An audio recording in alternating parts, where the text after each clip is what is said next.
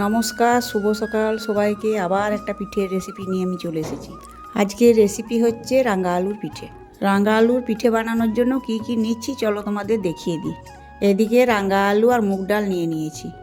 এখানে রাঙা আলু কেটে রাঙা আলু আর মুগ ডাল সামান্য জল দিয়ে কুকারে আমি সেদ্ধ করতে দিয়ে দেবো 10 মিনিট।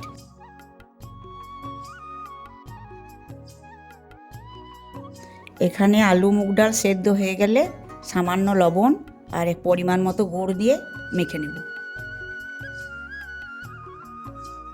এবার গুড়টা মাখা হয়ে গেলে এক বাটি চাল গুঁড়ো দিয়ে ভালোভাবে লেচিটা মেখে নেব।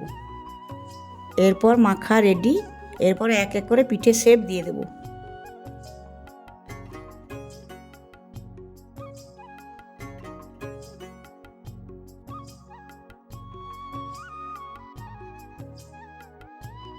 এবার আমার পিঠের শেপগুলো সব তৈরি হয়ে গেছে।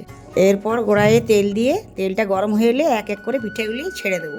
এরপর পিঠেগুলি লাল লাল করে ভেজে নামিয়ে নিলেই রেডি আমার রাঙা আলুর পিঠে। এরপর তোমরাও ঝটপট বাড়িতে বানিয়ে নাও। আর আমার ভিডিওটি যদি তোমাদের ভালো লেগে থাকে তাহলে অবশ্যই একটা লাইক এবং সাবস্ক্রাইব করে দিও।